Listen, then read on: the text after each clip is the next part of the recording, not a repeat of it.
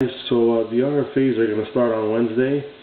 The way it's going to work is going to be similar to the UFAs, so you have to send me emails. RFAs are going to be 25 years and younger. The difference with the RFAs though is you're going to get one offer at them and that's it. Because once again for the UFAs they were pretty good, but obviously there's always like the offers that are like complete garbage. So I don't know if you guys are idiots or you think I'm an idiot, but yeah, so for RFAs, and considering that every team has about like 10 to 15 RFAs if you count the farm team, like I'm really not in the mood of having to put up with like, over 100 offers and having to reply to all of them. So either if it's a good offer you accept it, if it's not a good offer he won't, and he becomes a restricted free agent in the off season. But there is compensation. There's a link in the forms for it under rules. It's called UFAs and RFAs. It explains what the compensation is for depending on how much you offer, but I'm going to put a link under this video for it to that thread so you can see. I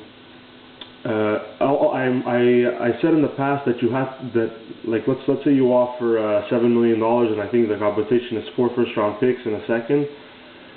Well, in the past I said that the 4 first and the second have to be your own, but I'm going to change it because I know a lot of you has traded your picks. So as long as you have as long as you have 4 first and a second, it doesn't matter which team it's from, but as long as you have those picks, it's alright to offer contracts in the off-season to those guys. So yeah, it's going to begin on Wednesday by email. You get one offer at them. Also, if there's RFAs that you don't want to sign at all because they're just really useless, then at least tell me in the email that you don't want to sign that guy, so I know, and then he'll just become an unrestricted free agent in the off season. He won't be restricted; he'll be unrestricted. So if someone offers him money, you don't get any compensation for it, obviously.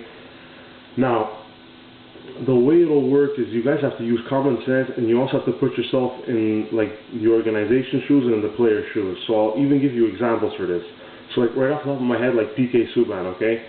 Now, if you want to offer him, like PK Subban, if you want to offer him a long-term contract, then obviously you can't offer him like $2 or $3 million a year, because it's like right now he might be worth that, but in the future he can very well be a defenseman, top pairing defenseman.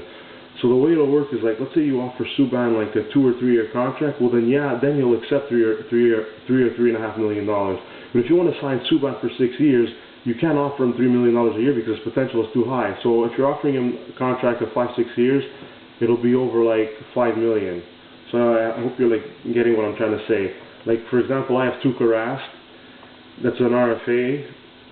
He's 23, a 77 overall, and he probably might go up 1 overall, maybe even not, but I'll see. So like if I'm going to sign Rask, like if I want to sign him to like a 2-year contract, I'll give him like $3 million maybe. But if I want to sign him like 5-6 years, well then he has a high potential, so I got to give him at least a good $4.5 million. So I hope you guys understand what I'm saying by that.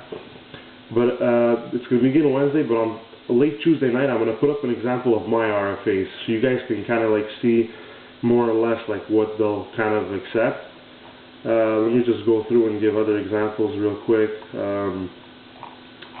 I remembered, I think Vancouver has a few, like, yeah, Vancouver has like, here, like Sam Gagner. Sam Gagner is 74 overall, so he's like a 3rd liner, 2nd liner on some teams.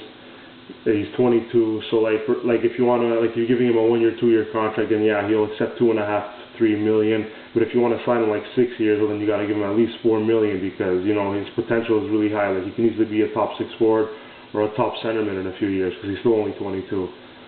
So yeah, that's just a few examples, guys. So again, it's just one offer. Send them to me by mshlhockey@hotmail.com. It's going to start Wednesday. I'm probably going to extend it a little longer till maybe next weekend, but I'll let you guys know. So yeah, that's about it, guys. So I just want to make sure I'm not forgetting anything. 25 and under. Remember, you have guys in your farm also that are RFAs. Again, if you don't want to, if there's like a guy in your farm who's like 22 and like a 65 overall and you don't want to re-sign him at all, then he'll automatically be an unrestricted free agent in the off season. But tell me in the email you don't want to give him a contract. And that's about it, guys. Peace.